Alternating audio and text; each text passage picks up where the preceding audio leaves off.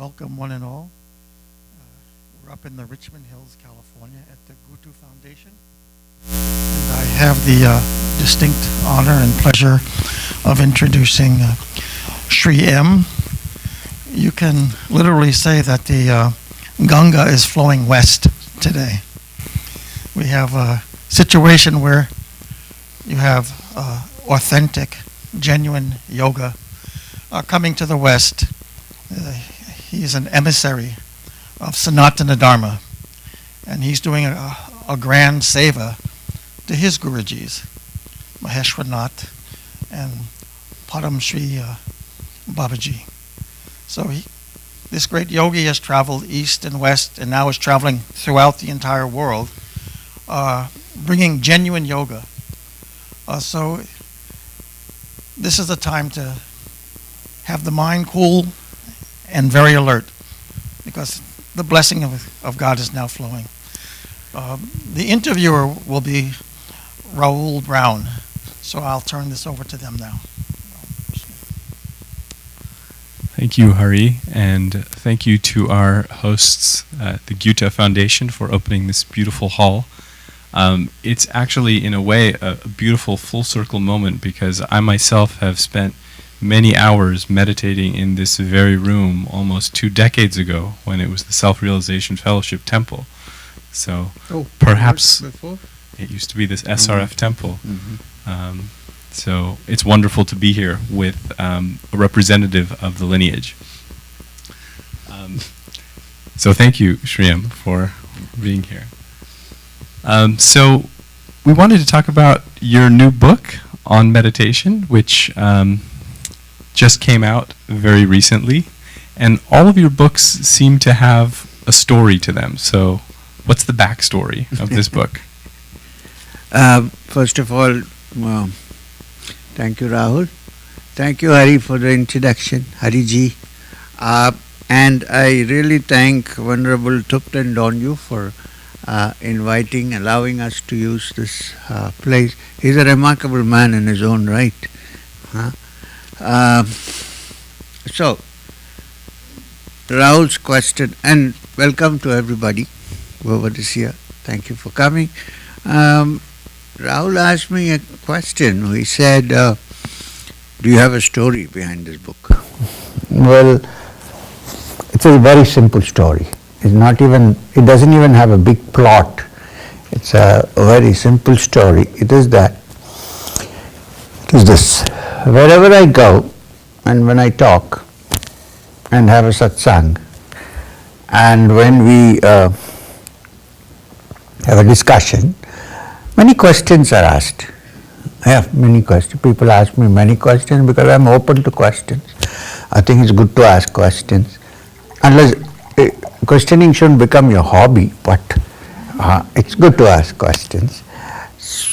But what happens is, today I'm with one group of people, and tomorrow I'm with another group of people. And sometimes they ask me, there are different questions at times, but mostly the people ask the same questions again and again. So it's kind of, you can't say anything new because they're asking the same question again and again. So I kind of got, I won't say fed up, but a little less than fed up. And so I decided, let me put down the questions and answers, the questions basically, which people have been asking me, same question generally from different sides, from different people. So I thought, and the question answers that you see here, they have been asked by people across the globe.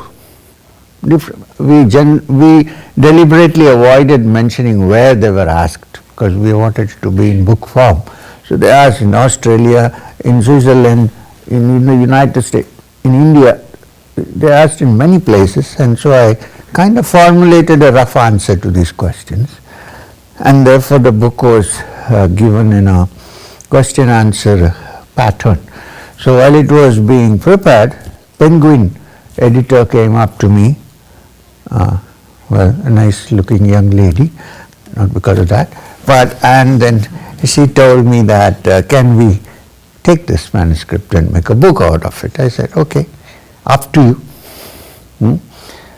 So that's how the book on meditation came to be written.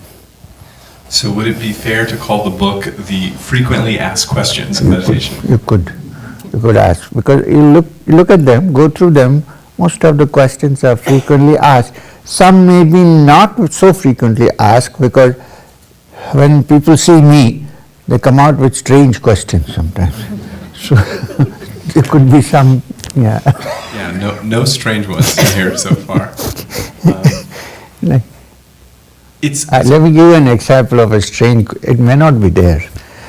Somebody said, I need to ask you a question. I said, please, everybody's asking, why don't? He said, why don't you come and hover around my bedroom in your astral body tonight? And there are some such questions. I prefer to stay quiet and not say anything about that. And so I suppose it's too early to tell if the book has actually reduced the frequency of you having to ask and answer the frequency asked. This is the problem. It doesn't seem to have. It doesn't. But at least I can do one thing. When I find a question which is probably discussed in the book, I can say, look, why don't you read the book? Now, I avoid saying that because they might think I'm promoting the sale of the book, you know. Yeah, my impression was definitely that to get all of the answers that you put in this book would take watching literally hundreds of hours of your satsangs. Yeah, especially if you see the YouTubes. Sometimes I tell people, go watch the YouTubes, but they always want the iTube.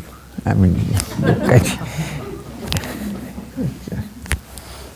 so who would you say, would you say that the book is geared towards people who are new to meditation, or people who've been practicing for a while, or somewhere in between? both. All three actually. Some of the questions were asked by people who are new to meditation. Some were asked by people who are already into meditation. Not only Kriya, but many kinds of meditation. And some by those who are, as you said, in between, in Bordeaux.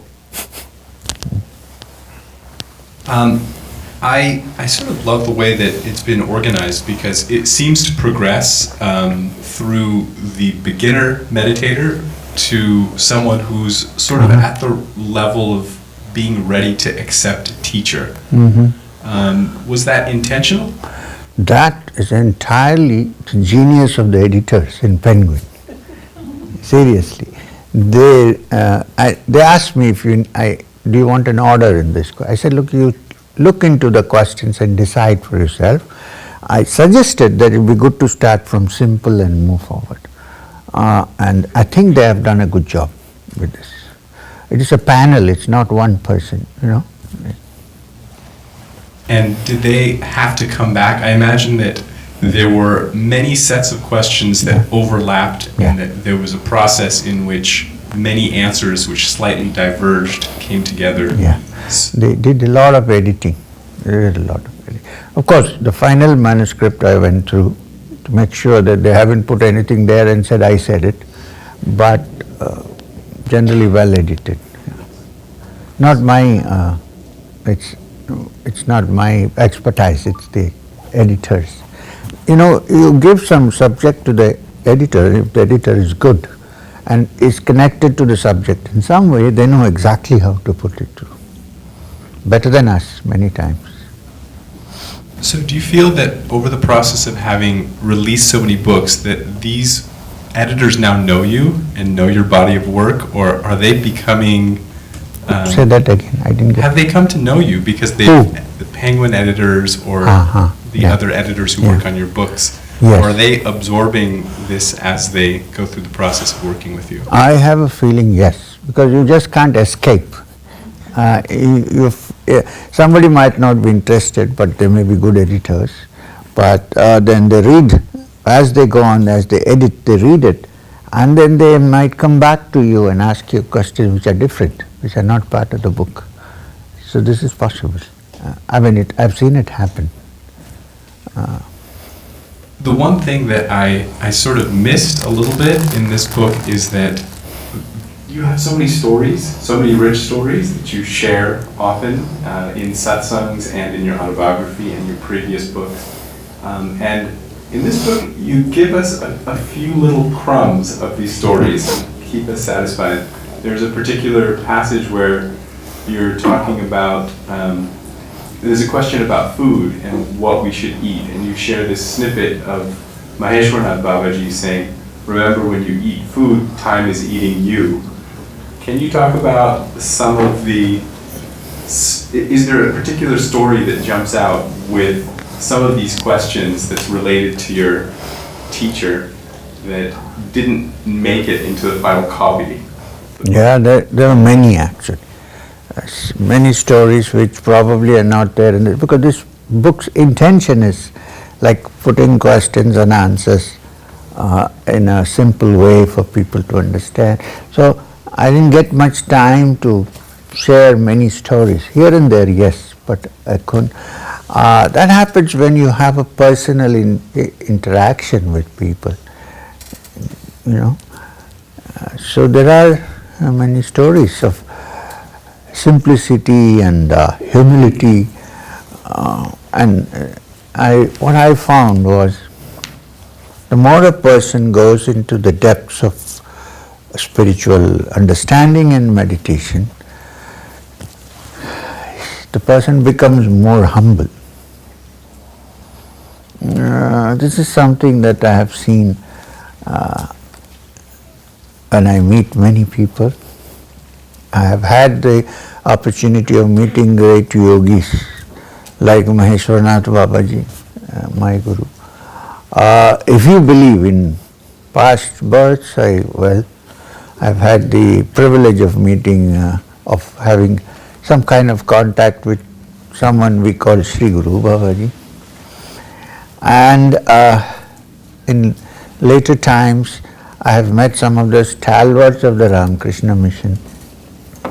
I have met some years back His Holiness the Dalai Lama. We had a long 40-minute personal discussion on something. And what came through to me was a universally respected man who can afford to be very uptight and so on, was quite humble. So this is what comes through, because you realize that you may be knowing some things, but there are people who know some other things which you don't know. And as long as you have a human brain and a human body, you cannot be totally omniscient. I mean, it will expand to a great extent, but you still, therefore, like for instance, there are lots of people sitting here. I might have specialized in meditation or Kriya or Vedanta or any one of these. There may be people here who are specialized in software and things like that. I can't compare my knowledge in that subject with them. So the best attitude to take is that every human being you meet is in some way a guru to you. Because you can learn many things. For that you need to keep your mind open.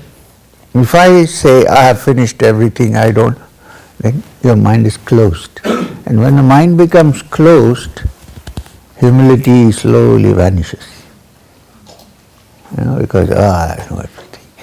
You may know some things, you may have the capacity to know many things if you want, but certainly there are other people who also know things. So it's like that. There's a question that you answered towards the end of the book about grace and the meaning of grace and the operation of grace. And you just spoke about humility. Can you talk a little bit about the relationship between grace and humility? I don't think grace can come unless we have some kind of a humility. You know, the moment it's gone, then you shut the doors. And the doors are concrete doors, not just ordinary wooden doors. Even if grace wants to come, it cannot penetrate. You know, I always tell people that it's not as if there is no grace.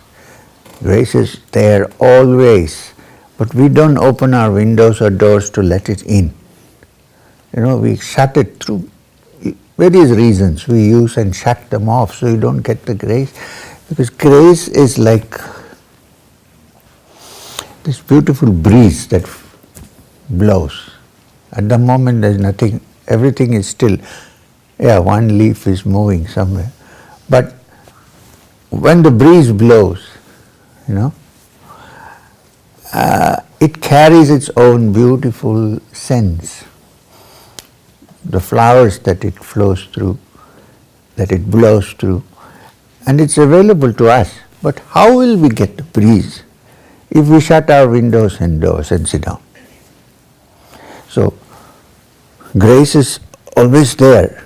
You cannot dictate when the breeze would come. I can't say, breeze, come now. Maybe great yogis can do, I don't know. The breeze has started. Yeah.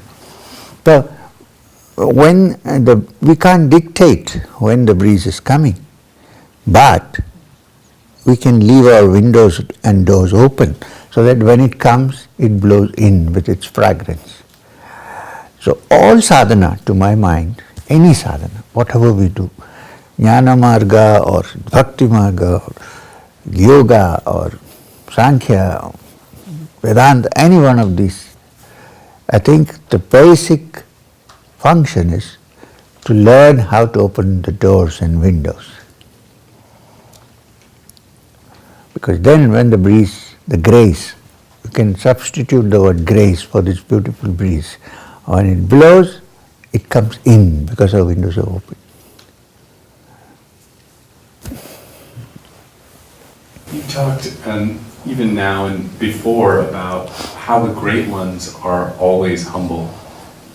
Why do the great ones become humble? I don't know. That's their nature.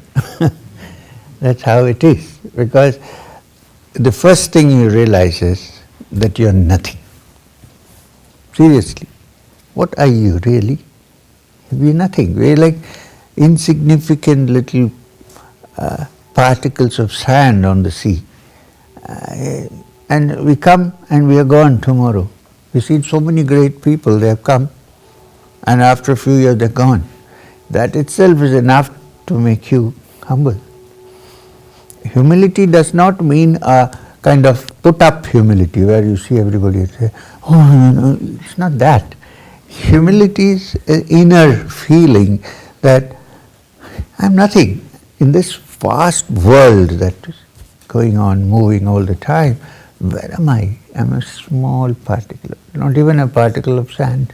Even if you compare size-wise, we are nothing.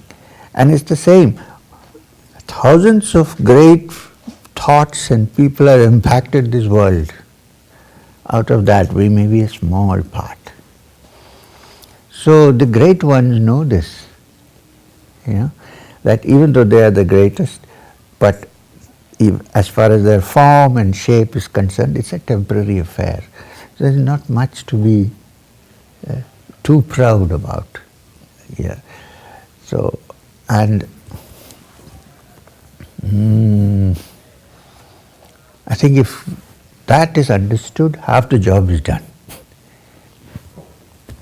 What you know, your scholarship and your practice, that's one side. But that your mind absorbs that and blooms is because of truthfulness, non-injury to others, and humility.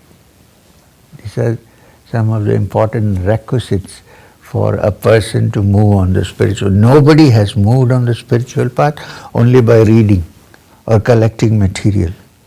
And you cannot attain the highest, you may call it nirvana or moksha, yogic terms, kaivalya, by standing on your head for 3 hours or 10 hours. Nobody has done that.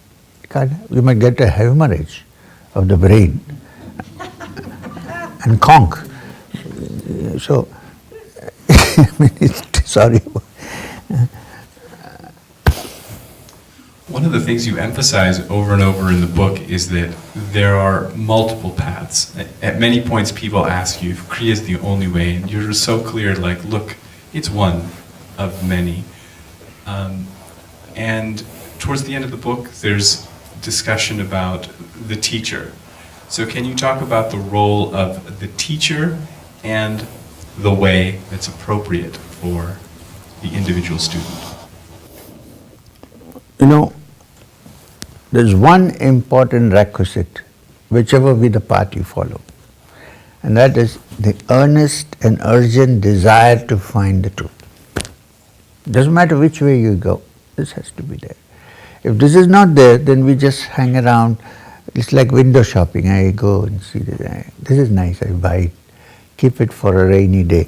Then I go there to the shelves, I see something else, I buy that and put it together. Finally, I have such a lot of junk and rubbish in my cupboard, I don't know what to do with it. I don't know, you understand what I'm trying to say? So, the first requisite, seriousness, urgency of finding the truth. And then, the way you go depends on your personality and your background and your past. So, one particular path may not be suitable for you. So, before you accept a path, don't be in a hurry to accept it. And don't accept it because you like the shape or the form of the person who is talking. This also happens sometimes. One is impressed by the grandeur of the person, and without thinking you just take it up, and then you don't know what to do. Whether you should swallow it or spit it out. It's halfway through. And it's no fault of that guy who gave it to you. Your fault. You didn't look carefully and decide if this is my cup of tea. Suppose I am of an emotional nature. I am a person of the heart, let's say. Then my path would be devotional. There are paths which are a combination of all this in different proportions, but generally there will be one element more than the other. So, if that is the case, if I'm a person of the heart, I'm a person of feeling, I'm not such an intellectual person and so on, then devotion is my path. So I would find someone who would take me that way. Very often we come to a juncture where we don't know which is our path. Right? So then it's a good thing to discuss with wise men or people we think are wise, so that you get to understand. And a true teacher, I think, would talk to a person, look at a person, have a dialogue with the person, and then if he is really, really sincere, both he and the person who is going to guide should be able to openly tell him, look, I'm not your cup of tea, find somebody else. It's much better than saying, okay, come to me. A spiritual teacher is not in the business of gathering disciples. What does it mean? I mean, why? Why would you gather? It would be nice to sit alone, actually. So why should you gather? So therefore, it's a good idea to tell this person, if you think this is not, he or she may be a very sincere aspirant, but not your cup of tea, then you should be clear, look, I'm not your teacher. Find somebody who is suitable for you. And maybe we can even give hints on that. You see, now, among the Sufis, I say Sufis, it's very funny because a Sufi never says he's a Sufi. So anyway, among the Sufis, there is this thing about many masters. You go to a person, he will train you. After a while, he will tell you, okay, what you have to learn from me, you have learned. Now get out, go to the other one. And so you learn. Finally, you come to that teacher who is your final teacher. And then you stick, and then you move. So, a teacher, from my understanding, should be one who is more concerned about the aspirants' aspirations, and that he should move towards the truth rather than wanting him to be a follower. The book is, of course, on meditation, and there are some questions in the book that feel like they come from people who are really resisting the idea that they should meditate and finding lots of reasons to not meditate. Do you think that there are certain kinds of aspirants for whom meditation isn't the way to go? That's because of the contemporary definitions of meditation. Actually, meditation could be non-meditation.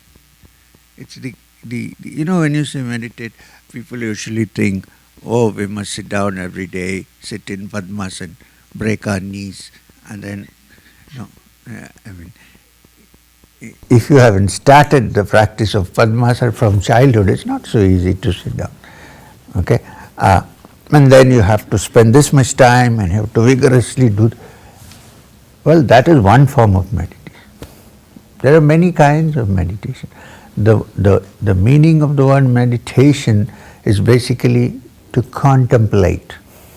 Now, if you walk up and see the vast ocean, and you just get absorbed by the vast ocean, the waves coming and the breeze coming and the sound of the ocean, that's meditation too. It's not that you should sit down and do it. Well, Kriya is one discipline where you need to sit down and practice, but it need not be applied to everybody. So there are people who like to meditate but who don't want to do a particular technique. There are people. Well, I tell them, carry on. Until you feel the necessity of a technique, then we can get into this. Carry on with your meditation, whatever you are doing. Now there is one category which is a little bit strange. Generally they are lazy people, so lazy that they don't want to put in any effort and think that meditation is effortlessness. The attraction is not the effortlessness of it. The attraction is I am too lazy to do anything. I can't bring myself to do anything. Then there are people who come to me. I'm good friends with all of them, okay? There are people, we have much to learn. There are people who come to me. Now I need to go into this discussion now. In the Sankhya teachings, from which yoga has derived many of its terms, Sankhya of Kapila, and also Vedanta uses the terms of Sankhya. It's become very common usage because Sankhya is even older than Vedanta. Kapila is an ancient sage, and Kapila is so important that in the Gita, when Krishna talks to Arjuna, he says, among the sages I am Kapila. So, now Sankhya has many terms, of which three are important for the meditator or for the seeker. And they are called gunas or attributes. The word gunas actually comes from Sankhya. Attributes, which means every human being has a combination of these attributes in some proportion. Some have one more, some have one less, but some have more of one guna and some have less of the other guna, but everybody has the three gunas. And they are, what are the three gunas? Sattva, Rajas and Tamoguna. So if you explain what it means, you'll understand. Sattva is tranquility, peacefulness, goodness, peace, balance. This is Sattva. And Tamoguna is inertia, laziness, negative attitude of mind. There is a particular kind of individual who cannot sleep in peace until and unless he has done something terrible to somebody else in the day. There are such individuals, you will be shocked. They can't go to sleep happily unless they have caused some mischief to somebody. Now this is all part of Tamoguna, the attribute of Tamoguna. Laziness, inertia, all this is part of Tamoguna. Anger. Now between the Sattva guna and the Tamoguna there is what is called the Rajoguna. Now Rajas means activity, action. It can be good action, it can be bad action. When it is good action, it leans towards Sattva. When it is a negative action of anger or causing harm or injury to others, it moves towards the tamoguna.